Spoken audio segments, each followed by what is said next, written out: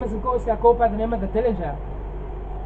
Thank you so much for tuning into my YouTube channel. We just previously touched on words, so now we're going to touch on the truth and lies, stories and fiction. So basically, we just touched on the fact that words shape the content of the mind, right? So basically, without words, there wouldn't be language. And what is language in essence? Language in essence is communication.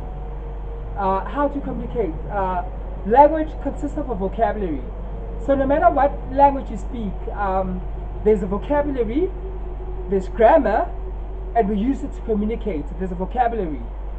So basically, transforming what is in the mind, our thoughts, what is in the heart, our motives, we use language.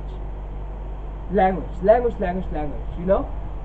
So whether it's ethnic or tribal or whatever language it is, language is used to communicate what lives in the mind and the heart. You know, so communication. So what are the barriers to communication? Not listening. And what is communication is meant to express a feeling. So now be aware, what are you expressing? Let's start in the morning. Good morning, how are you? How did you sleep? Did you sleep well? Okay, do you feel like breakfast? What do you want to have for breakfast? Okay, I dressed, I ready to go to work. The kids, are ready to go to school. Did you pack all your bags? Did you pack your books? You go to work. Then you get to work, you get your emails. They communicate. These are your duties for today. You've got a meeting at such a time. You know? Then in the meeting, you prepare the meeting. There's a presentation. You do what you have to do. Then there are questions and there are answers. You know? Then you can have a disagreement with a colleague who's not pulling their weight, or a colleague that you're managing that's always late. You sit with them, you like, okay, look, I'll show you some mercy. There's no warning, but please change your behavior. Then you monitor them. You see if the patterns, the behavior changes. Okay? So there's communication. Then you go back home. You go pick up the kids. So when you get in the car, you speak to the kids. How was your day at school? Oh, maths was amazing. English was amazing. I did a speech. There was life science. There was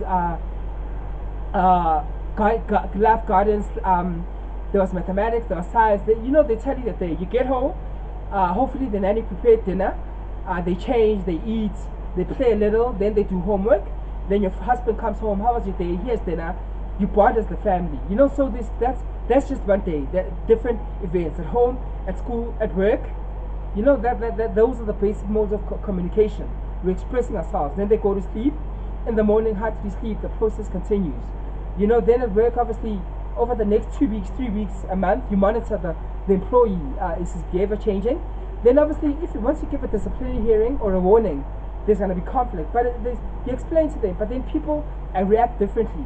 You know, so they may change their behavior after the warning, or they may be even worse, you know, which means the CCMA, they need to, they may need to get fired, they may look for another job. So, like the behavior, you know, and then the employees that put effort, that go beyond the extra mile, that work an extra hour, that are on time, they due for promotions. Then those that don't pull their weight, they bring it down productivity and the morale of the team, teamwork.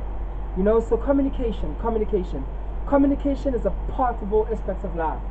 So yeah, man, so just learn to read people, read situations, use the right words. Don't always strike. Don't, be merciful, be merciful. Don't always strike. So just learn the behavior and the patterns and see if they can change. If they can't change, then necessary steps can be taken. But exhaust all avenues before you take action. My name is Nkosi. Thank you so much for tuning into my YouTube channel. I go by the name of Nkosi the Dillinger. Thank you so much. Thank you.